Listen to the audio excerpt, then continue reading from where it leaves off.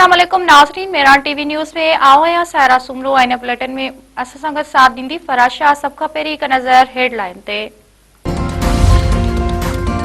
Iran पारां Israel ते 1 ton धमाकेदार मादो खणी वञण वारी सलाहियत रखंदड़ खरमशहर-4 मिसाइल जो इस्तेमाल। ईरानी पाकिस्तानी इनकलाब मुताबिक अॼु ऑपरेशन वायदाए सादिक 4 में इसराइल खिलाफ खरमशहर-4 स्ट्रेटेजिक बैलिस्टिक मिसाइल फायर कया विया। ईरानी ख़ाबरू इदारे मूजिब पाकिस्तानी इनकलाब जी एरोस्पेस फोर्स पारां फायर कयल मिसाइलन ज़रिए इसराइल में तिल अबीब जे मरकज़ बिन गोर योन एयरपोर्ट ऐं इसराइल फिज़ाइया जे 27 स्क्वाड्रन जे अॾे खे निशानो बणायो वियो। ईरानी खरमशहर-4 मिसाइल लॻभॻ 13 मीटर डिघो ऐं 3 टन वज़नी आहे, जेको 1 टन खां वधीक धमाकेदार मादो खणी वञण जी सलाहियत बि रखे थो। अमेरिका इसराइली हमलनि सबबि ईरान में शहीदनि जो अंग 1200 खां वधी वियो। ईरानी जवाबी हमलनि में 6 अमरीकी फौजी मारिजी विया। अरब मीडिया मुताबिक इसराइल ऐं अमेरिका जे हमलनि सबबि ईरान में हिन वक़्त ताईं 1230 शहादतूं थियूं आहिनि। लिबनान में इसराइली हमलनि जे नतीजे में 77 माण्हू शहीद थी विया। इसराइल ते ईरान जे जवाबी हमलनि में 11 माण्हू मारिजी विया, जिन में 6 अमरीकी फौजी भी शामिल आहिनि।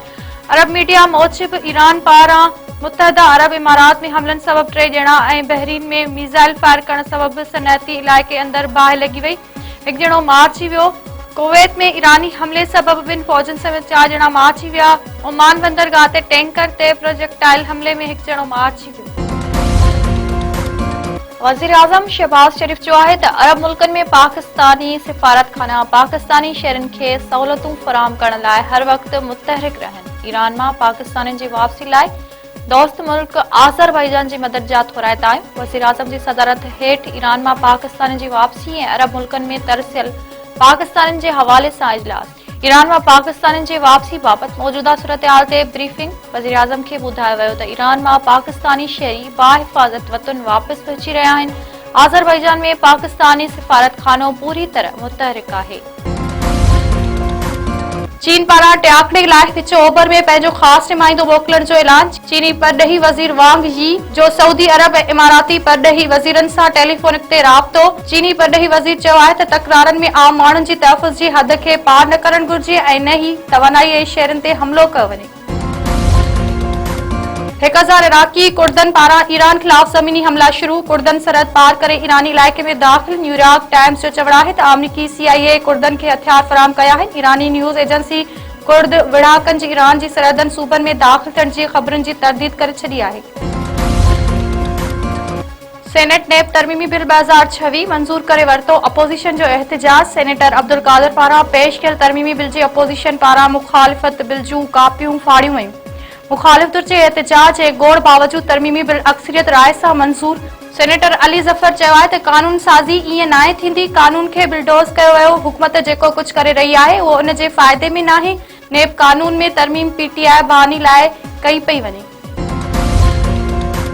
सिंध हुकूमत पारां मनसूबनि जो कम वक़्त ते मुकमल न कंदड़ बिल्डरनि ख़िलाफ़ कार्रवाई जो ऐलान। सूबाई वज़ीर Nasir Hussain Shah Sindh building control authority खे तइमीराती कम वक़्त ते मुकमल न कंदड़ मनसूबनि जा तफ़सील तलब। नासिर हुसैन शाह चयो आहे त शिकायतूं मिली रहियूं आहिनि त गैर ज़रूरी तौर मनसूबनि में देरि करे शहरनि खे मुश्किल ऐं माली नुक़सान में विधो पियो वञे। जिन मनसूबनि जो तइमीराती कम मुक़रर वक़्त ते मुकमल नाहे थियो, उन्हनि बिल्डरनि जो लाइसेंस मुअतल करे डीलिस्ट कयो वञे। SUP सदर सैयद ज़ैन शाह जी सदारत हेठि सिंध एक्शन कमेटी जो इजलास। फौरी तौर ईरान, अमेरिका ऐं इसराइल विच में जंगबंदी ऐं आलमी अमन खे यकीनी बणाइण जो मुतालबो। मुल्क अंदरि नवां इंतज़ामी यूनिट या नवां सूबा ठाहिण वारे मनसूबे जी मुख़ालिफ़त। सिंध मां अफ़गान शहरनि खे बाइज़त नमूने सां वापसि मोकिलण जो मुतालबो। सिंध एक्शन कमेटी पारां ईद खां पोइ सिंध अंदरि क़ौमी कॉन्फ्रेंसनि जो सिलसिलो शुरू करण जो बि फ़ैसिलो। 2 अप्रैल ते सखर में GSN महाज़ जी मेज़बानी में क़ौमी कॉन्फ्रेंस थींदी। 16 अप्रैल ते नवाबशाह में जसकम शहीद बशीर खान कुरैशी जी मेज़बानी हेठि क़ौमी कॉन्फ्रेंस कोठाई वेंदी। 3 अप्रैल ते ठठे में GSN क़ौमी पार्टी जी मेज़बानी हेठि क़ौमी कॉन्फ्रेंस थींदी। प्रिया सिटी भरिसां लोडर रिक्शा ऐं मोटरसाइकिल विच में आमूं साम्हूं टक्कर। मासूम ॿाड़ी फौत थी वई। 2 औरतुनि समेत 4 ॼणा ज़ख़्मी। मंगो रोड ते हादसे में 6 वरनि जी महक धीअ अमर। ज़ख़्मियुनि में पठाणी, बागड़ी, भगवानी, अमर ऐं सुखियो बागड़ी शामिल। औरत भगवानी बागड़ी नाज़ुक हालत में नवाबशाह जे अस्पताल मुंतक़िल। सकरन में नौजवान गैर शादीशुदा नारी गुट्टा ॾेई क़तल। शहर जे मेहरान कॉलोनी में 17 वरनि जी कोमल वलद इमदाद अली जमाली पुरसरा नमूने गुट्टा ॾेई क़तल कयो वियो। वारसन पारां नारी खे संदसि मारोटनि अली शेर जमाली, दिलमुराद अली रज़ा ऐं जावेद जमाली ते क़तल जो इल्ज़ाम। पुलिस जो चवणु आहे त नारी खे गुट्टा ॾेई क़तल कयो वियो आहे। वाक़िए जी वधीक जांच करे रहिया आहियूं। चंबड़ में चौपाई माल जे वाड़े ऐं घर खे बाहि लॻण सबबि 5 मेंहियूं सड़ी मरी वयूं। 3 ढोर सड़ी विया। ॻोठ नबी बख़्श ख़ासि कैली में ओचितो चौपाई माल जे वाड़े खे ऐं हिक घर खे बाहि वकोड़े वई।